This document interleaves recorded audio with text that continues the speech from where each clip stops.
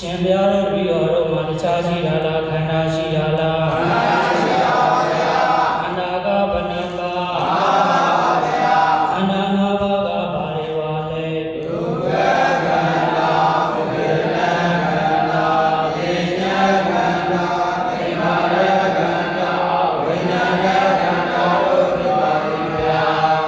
ရူပခန္ဓာကဘယ်လိုသဘောရှိ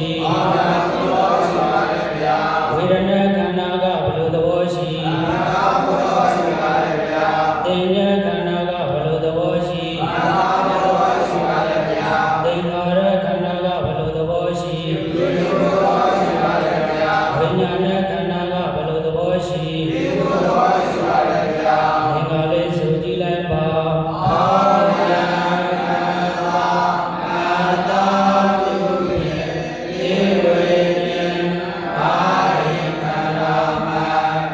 ခြားလားခန္ဓာ၅ပါးလားခန္ဓာ၅ပါးပါဗျာခန္ဓာ၅ပါးကတခြားတရားလားအကျိုးတရားလားအကျိုးတရားပါဗျာသစ္စာဘွယ်တော့ဘာသစ္စာဒုက္ခသစ္စာပါဗျာဘယ်ဘွယ်ထဲမှာနှစ်ဘွယ်ထဲမှာ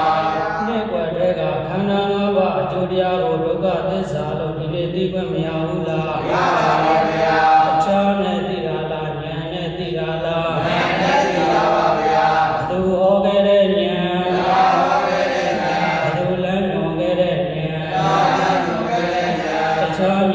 ဝိပဿနာဉာဏ်လားဝိပဿနာဉာဏ်နဲ့ကြည့်တော့ခန္ဓာ၅ပါးအကျိုးတရားကသူ့လိုဖြစ်တာလားအကြောင်းကြောင့်ဖြစ်တာလားအကြောင်းကြောင့်ဖြစ်တာပါဗျာအကြောင်းကလည်းတခြားအကြောင်းလားအတိတ်အကြောင်းလားအတိတ်အကြောင်းပါဗျာအတိတ်အကြောင်းအင်္ဂါဘယ်နှပါးနှစ်ပါးပါဗျာအတိတ်အကြောင်းအင်္ဂါနှစ်ပါးကဘာတွေပါလဲဝိသသင်္ခါရအတိဒါကယူလို့တာကအတိဒါကဉာဏ်လို့တာကအတိဒါကသင်ညာလို့တာကအဝိဇ္ဇာသင်္ခါရကတခြားတရားလားအကြောင်းတရားလားအကြောင်းတရားပါဗျာအကြောင်းကြောင့်ပါရတယ်အကျိုးရတယ်ဗျာအကြောင်းကြောင့်ပါဖြစ်တယ်အကျိုးရတယ်ဗျာအကြောင်းကဝိဇ္ဇာအကျိုးကအကြောင်းကိုဘယ်လိုခေါ်အကျိုးကိုဘယ်လိုမှအကြောင်းအကျိုးနှမျိုးဆက်ဘာခန္ဓာကြီးရနေပြီဘာခန္ဓာကြီးဖြစ်နေပြီဘာနဲ့သိတာဉာဏ်မပါရင်သိပါမလားသိပါဘူးဗျာအကြောင်းကျိုးအကောင်းဆုံးမသိတာဘာပြောင်းနေလို့ပြောင်းမှာပေါ့ဘုရားစကားနားမထောင်လို့ဘာပြောင်းနေပြီဉာဏ်ပြောင်းနေမယ်ဆိုရင်ဒီခန္ဓာကိုယ်ကြီးရဲ့အကြောင်းကျိုးအကောင်းဆုံးကိုသိနိုင်ပါမလားသိပါပါဘုရားခန္ဓာကိုယ်ကြီးရဲ့အကြောင်းကျိုးအကောင်းဆုံးကိုမသိဘူးမမြင်ဘူးဆိုရင်ဒီခန္ဓာကြီးရလာတာတကုရှင်ဖန်ဆင်းနေကြောင်းပဲရလာသလိုလိုတရားဓမ္မနတ်တွေဝါတွေကြောင့်ပဲရလာသလိုလိုနဲ့အကြောင်းတရားထဲမှာပုဂ္ဂိုလ်တ attva တွေဆက်မတည့်ဘူးလားဆက်တည့်ပါဗျာအကြောင်းတရားပေါ်မှာဘာမရှင်းလို့ပါဗျာအကြောင်းတရားပေါ်မှာဉာဏ်မရှင်းတော့တရားဝင်ပါလားတန်တရားဝိသိကိစ္စကိလေသာဝင်ပါလားတန်တရားဝိသိကိစ္စကိလေသာဝင်ပါဗျာတန်တရားဝိသိကိစ္စကိလေသာဝင်တာဘယ်ပေါ်မှာဉာဏ်မရှင်းလို့အကြောင်းတရားပေါ်မှာဉာဏ်မရှင်းလို့ပါဗျာအကြောင်းတရားပေါ်မှာဉာဏ်မရှင်းရင်အကျိုးတရားပေါ်မှာလည်းဉာဏ်ရှင်းနိုင်ပါမလားရှင်းနိုင်ပါဘူးဗျာအကျိုးတရားပေါ်မှာဉာဏ်မရှင်းရင်တခြားတွေကပ်ပါလားဒိဋ္ဌိတွေကပ်ပါလားဒိဋ္ဌိတွေကပ်ပါဗျာဒိဋ္ဌိကအကျဉ်းအပြင်60နဲ့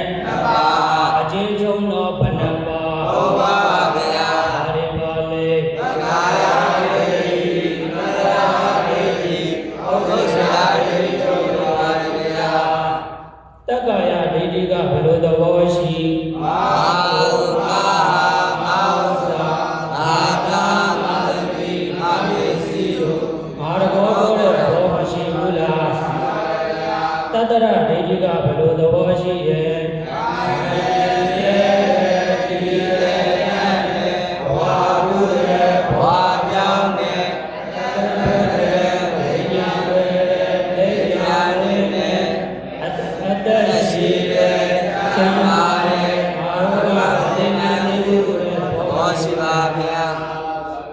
ဥစေတာဒိဋ္ဌိကဘယ်လိုသဘောရှိတယ် လက်တဲ့တောက်တဲ့ဒီဘဝပြီးပြီးတာပဲနောက်ဘဝဆိုတာမရှိတော့အာယမာဆိုင်သခိုင်းရောက်ရောက်အာလေးမာထိုးဘကိုးရောက်ရောက်ဘသူသေးလေးမနေမိုင်းပြီးတော့ဘောရှိတာ ငါတဘောဘောရာဘာဒိဋ္ဌိခိုင်းနေမြဲတဲ့ယူတာဘာဒိဋ္ဌိအပြတ်တော့ယူတာဘာဒိဋ္ဌိ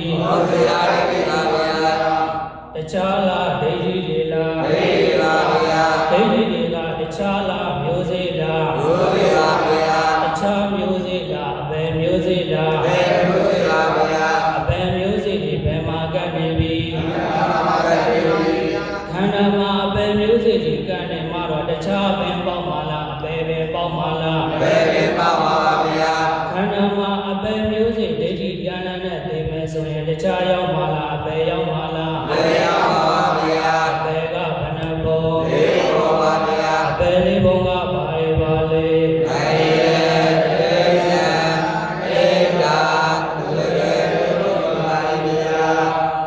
ဘာရကားကြီးပွင့်ဘာပင်ကြီးပေါက်အဘယ်ပင်ကြီးကလည်းပေါက်ရှင်လို့ပေါက်တာလားခန္ဓာမှာအဘယ်မျိုးစေ့ဒိဋ္ဌိတွေရှိနေလို့လားအဘယ်မျိုးစေ့ဒိဋ္ဌိတွေကလည်းရှိခြင်းလို့ရှိတာလားခန္ဓာမှာဉာဏ်ပြောက်နေလို့လားခန္ဓာမှာဉာဏ်ပြောက်နေမှာတော့ဒီခန္ဓာကိုယ်ကြီးကိုဒုက္ခသစ္စာလို့အမှန်တိုင်းသိပါမလားခန္ဓာကိုယ်ကြီးကိုဒုက္ခသစ္စာလို့အမှန်တိုင်းမြင်ပါမလားမသိဘူးမမြင်ဘူးဆိုရင်ခန္ဓာကိုယ်ကြီးကိုမလိုချင်ပါလားလိုချင်ပါလားလိုချင်တာကဆယ်လန္တာကပြုလို့အထုတ်တာကတဏှာဥပါဒံကမ္မဘဝ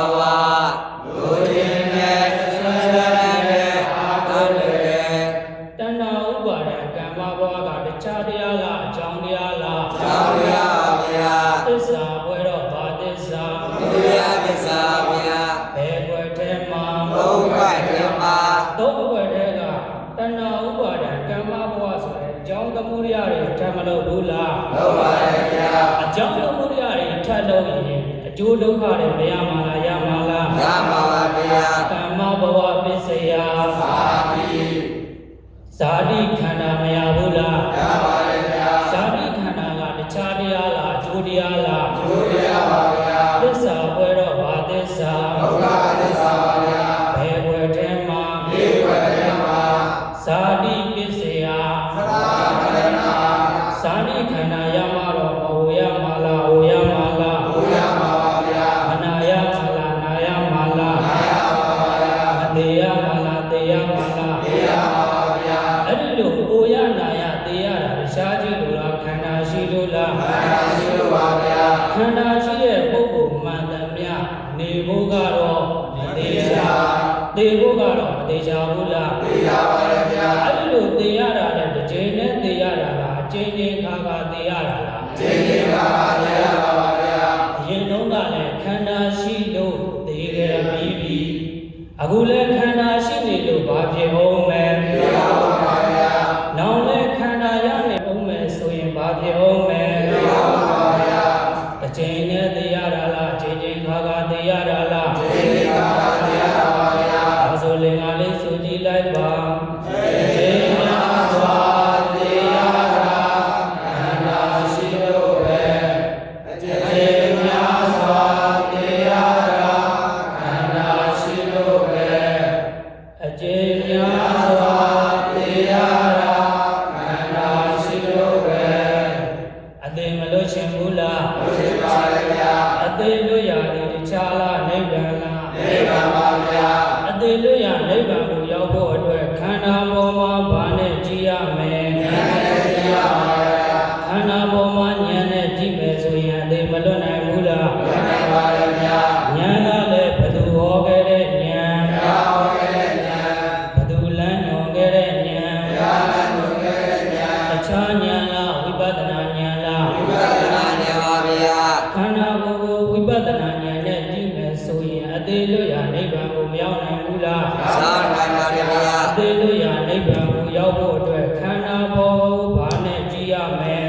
ဉာဏ်နဲ့ကြည့်ရမယ် ဉာဏ်နဲ့ရှုရမယ် ဉာဏ်နဲ့ရှိရမယ် ဒါဆိုသင်္ကာလေးဆိုကြည့်လိုက်ပါ အသေးလို့ရှင်ခန္ဓာရဲ့ဉာဏ်ဖြင့်ရှု၍ပြောရမည်အသေးလို့ရှင်ခန္ဓာရဲ့ဉာဏ်ဖြင့်ရှု၍ပြောရမည် အသေးလို့ရှင်ခန္ဓာရဲ့ဉာဏ်ဖြင့်ရှု၍ပြောရမည်အသေးလို့ရနိဗ္ဗာန်ကိုရောက်ဖို့အတွက်ခန္ဓာပေါ်ပါနဲ့ကြည့်ရမယ် ဉာဏ်နဲ့ကြည့်ရပါဗျာ ခန္ဓာပေါ်ဉာဏ်နဲ့ကြည့်လိုက်တော့ခန္ဓာ၅ပါးအကျိုးတရားကသူ့အလိုလိုဖြစ်တာလားအကြောင်းကြောင့်ဖြစ်တာလား ကျောင်းတော်ပြပါဗျာ အကြောင်းနဲ့မှပုဂ္ဂိုလ်တ attva တွေပါရဲ့လား ပါဘူးဗျာ တရားမြမဖရာဘဂဝါတွေပါရဲ့လား ပါဘူးဗျာ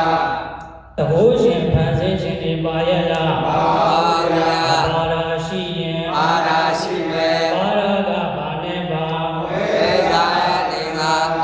အဝိဇ္ဇာသင်္ခါရဆိုတဲ့အကြောင်းဓမ္မတသက်ပဲပါတယ်ပုဂ္ဂိုလ်တ attva တွေမပါဘူးတဘောရှင်ဖန်ဆင်းခြင်းတွေမပါဘူးတရားမြမနတ်ဒီဝါတွေမပါဘူးလို့အကြောင်းတရားပေါ်မှာဉာဏ်ရှင်းပြီဆိုရင်တန်တရားဝိသိကိစ္စကိလေသာမစင်ဘူးလား ပါဗျာ တန်တရားဝိသိကိစ္စကိလေသာဆင်သွားတာဘယ်ပေါ်မှာဉာဏ်ရှင်းလို့ အကြောင်းပြပါဉာဏ်ရှိလို့ပါဗျာ အကြောင်းတရားပေါ်မှာဉာဏ်ရှင်းပြီဆိုရင်အကျိုးတရားပေါ်မှာလည်းဉာဏ်ရှင်းဖို့မလိုဘူးလား ဘုရားရဗျာ အကျိုးတရားပေါ်မှာဉာဏ်ရှင်းဖို့ဘာနဲ့ကြည့်ရမလဲ ဉာဏ်နဲ့ကြည့်ရမယ် ဉာဏ်နဲ့ကြည့်တော့အကျိုးတရားခန္ဓာသူ့အလိုလိုဖြစ်တာလားအကြောင်းကြောင့်ဖြစ်တာလား ဘာရောက်နေတာဗျာ အကြောင်းထဲမှာငါကိုငါဟာအာဥစ္စာပါရဲ့လား ပါဘူးဗျာ ငါသားငါသမီးငါပစ္စည်းပါရဲ့လား ပါဘူးဗျာ ပါရာရှိရင် ပါရာရှိတယ် ပါရာကဘာနဲ့ပါ ဝေဇာသင်္ဃာ အဝိဇ္ဇာသင်္ကာရဆိုတဲ့အကြောင်းတရားပဲပါတယ်အကျိုးတရားကိုကြည့်တော့လေငါကိုငါဟာငါဥစ္စာပါရဲ့လား ပါဘူးဗျာ ငါသားငါသမီးငါပစ္စည်းပါရဲ့လား ပါဘူးဗျာ ပါရာရှိရင် ပါရာရှိမယ် ပါရာကခန္ဓာ ပါပါယုတ်ကံနှစ်ပါး ဒါဆိုရင်အကျိုးတရားခန္ဓာထဲမှာငါကိုငါဟာငါဥစ္စာငါသားငါသမီးငါပစ္စည်းမပါဘူးဆိုတော့ဘာဒိဋ္ဌိပြုတ် သက္ကာယရေပြောင်း ငါတဘောကိုပါဦးမလား ပါဘူးဗျာ ငါတဘောမကိုတော့တာဘာဒိဋ္ဌိပြုတ် သက္ကာယရေပြောင်း တက္ကာယဒိဋ္ဌိကလည်းပြုတ်ရှင်လို့ပြုတ်တာလားခန္ဓာပေါ်မှာဉာဏ်နဲ့ကြည့်လို့ပြုတ်တာလား နာမဉာဏ်ရေပြောင်းပါဗျာ ခန္ဓာပေါ်မှာဉာဏ်နဲ့ကြည့်တော့ခန္ဓာ၅ပါးအကျိုးတရားကသူ့အလိုလိုဖြစ်တာလားအကြောင်းကြောင့်ဖြစ်တာလား ကျောင်းရောက်နေတာဗျာ အကြောင်းကလည်းမြဲရလား မြဲပါဘူးဗျာ အကျိုးတရားခန္ဓာကရောမြဲရလား မြဲပါဘူးဗျာ အကြောင်းတရားကလည်းဖြစ်ပြအကျိုးတရားကလည်းဖြစ်ပြသိတဲ့ဉာဏ်က မဲ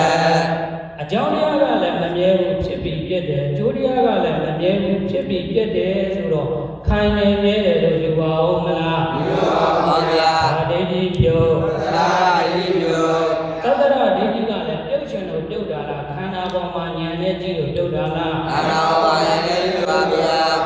ခန္ဓာပေါ်မှာဉာဏ်နဲ့ကြည့်တော့အကျိုးတရားခန္ဓာကသူ့အလိုလိုဖြစ်တာလားအကြောင်းကြောင့်ဖြစ်တာလား ကျောင်းရောက်နေတာဗျာ အကြောင်းကြောင့်ဘာဖြစ်တယ် ဘုရားဗျာ အကြောင်းကောင်းရင် ဘုရားမယ် အကြောင်းဆိုးရင် ဘုဆိုးမယ် အကြောင်းတရားကလည်းဖြစ်ပြီးပြည့်ခဲ့ပြီဒါပေမဲ့အကျိုးတရားခန္ဓာတွေအစားထိုးပြီးမပေါ်ဘူးလား ဘောရယ အကျိုးတရားခန္ဓာတွေအစားထိုးပြီးပေါ်တယ်ဆိုတော့အပြတ်အတော့ယူလို့ရပါအောင်မလား နာပါဗျာ ပြတ်တော့သွားတာလားအစားထိုးပြီးပေါ်လာတာလား သာရိပေါ်လာဗျာ အစားထိုးပြီးပေါ်လာတဲ့အကျိုးတရားခန္ဓာ၅ပါးကလည်းအကြောင်းတရားရဲ့တတ္တိကင်းရလား ကေပါဘူးဗျာ ဒါဆိုရင်အပြတ်တော့ယူပါအောင်မလား ဒီတော့အောင်ဗျာ ဒါဒိဋ္ဌိပြုတ် ဘုစေနာရေပြောင်း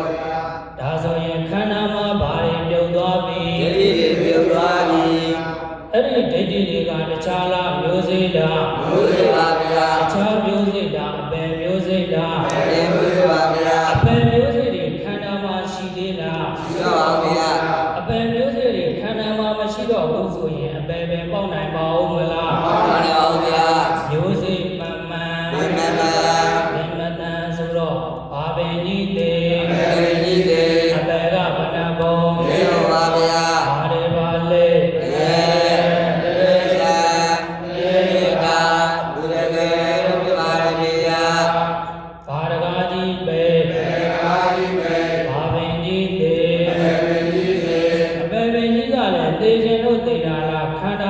ယ်မျိုးစိဒိဋ္ဌိမရှိတော့လို့လား ခန္ဓာအပယ်မျိုးရှိတော်ပါဗျာ အပယ်မျိုးစိဒိဋ္ဌိတွေကလည်းမရှိကြလို့မရှိတာလားခန္ဓာမှာဉာဏ်ရောက်လို့လား ခန္ဓာမှာဉာဏ်ရောက်ပါဗျာ ခန္ဓာမှာဘာရောက်လို့ ဉာဏ်ရောက်ပါဗျာ ဒါဆိုရင်ခန္ဓာမှာဉာဏ်နဲ့ကြည့်လိုက်တော့ခန္ဓာကဘယ်နှပါး ပါဗျာ ခန္ဓာ၅ပါးအကျဉ်းချုံးလိုက်တော့ဘာနဲ့ပါ ယုံနဲ့နာနဲ့ယုံယုံနဲ့နာနဲ့ယုံ ယုတ်ခန္ဓာမှန်ရင်ဘယ်နှပါး ပါဗျာ ဘာပါလဲ သက္ကနာ ခန္ဓာမှန်ရင်တပြန်နဲ့ဘယ်နှပါး လေးပါဗျာ ဘာတွေပါလဲ ဝိရကနာဝိရကနာသက္ကာရကနာဝိညာရကနာတို့ဖြစ်ပါလေဗျာ ယုတ်တရားလားလည်းဖြစ်ပြီးမပြတ်ဘူးလား ဖြစ်ပါဗျာ ဉာဏ်တရားကလည်းဖြစ်ပြီးမပြတ်ဘူးလား ဖြစ်ပါဗျာ ယုတ်တရားကလည်းဖြစ်ပြဉာဏ်တရားကလည်းဖြစ်ပြသိတဲ့ဉာဏ်ကမဲ့ယုတ်တရားကလည်းဖြစ်ပြဉာဏ်တရားကလည်းဖြစ်ပြရှုတဲ့ဉာဏ်ကမဲ့အစာတော့ကခန္ဓာဘဏ္ဍပါ ပါဗျာ အချင်းချုံလိုက်တော့ယုတ်နံ ကပ္ပါ ယုတ်ကလည်းဖြစ်ပြီးမပြတ်ဘူးလား ဖြစ်ပါဗျာ ခန္ဓာလည်းဖြစ်ပြီးမပြတ်ဘူးလား ဖြစ်ပါဗျာ ဖြစ်ပြခြင်းလူရပေါင်းတော့ဧကောဓမ္မောတကူရီတော်တရားမရဘူးလား ရပါဗျာ အစာတော့ကခန္ဓာဘဏ္ဍပါ ပါဗျာ နောက်တော့ယုံနံ ကပ္ပါ ဘုရားတော့ဘာတရား ဖြစ်ပြတရား ခန္ဓာ၅ပါးကဖြစ်ပြရှု ရှု ရ တဲ့ တဲ့ ဉာဏ်ကမဲ့ ခန္ဓာ၅ပါးကဖြစ်ပြ သိတဲ့ဉာဏ်ကမဲ့ ရှေကဖြ ဖြစ် စ် ပြ ပြ နောက်က မဲ့ ရှေက ဖြစ်ပြနောက်ကမဲ့ ဖြစ်ပြတဲ့ဘာနဲ့က မနဲ့က ဖြစ်ပြ မဲ့ဖြစ်ပြ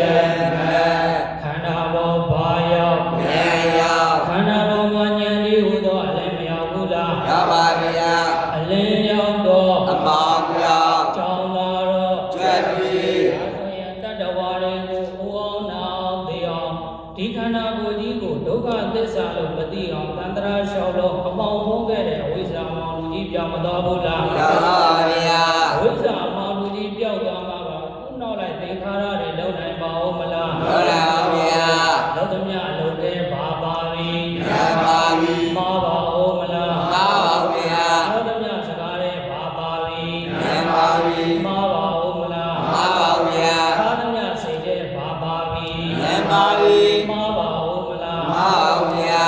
သစ္စာသေး သမုဒယသစ္စာတိ ဘယ်ွယ်ထဲက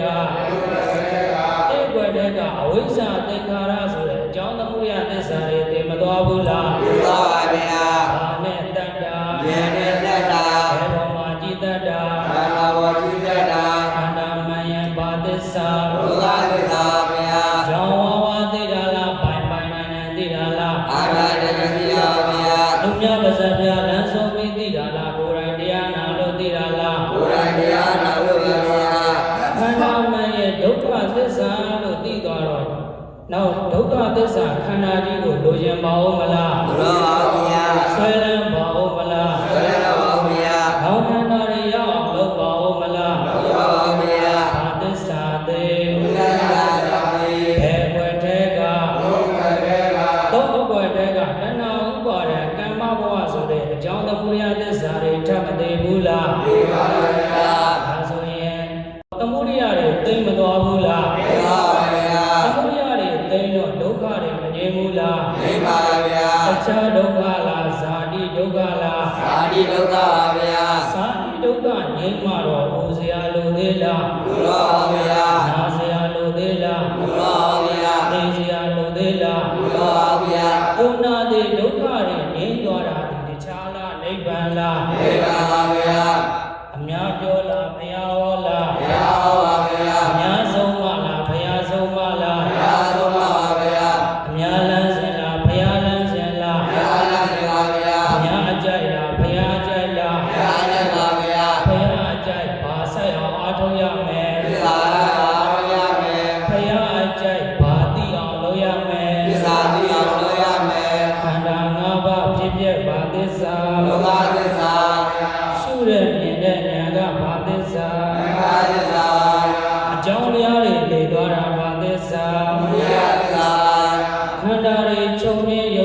ဓမ္မသစ္စာ ဒီမရသစ္စာဗျာ သစ္စာဘယ်နှချက်ဆိုင် ဒီလေးချက်ဆိုင် သစ္စာလဲစိုက်ချင်းချင်းကြိုက်လို့ဒါတို့သုံးခြင်းခေါ်တော်ကြရအောင် သာ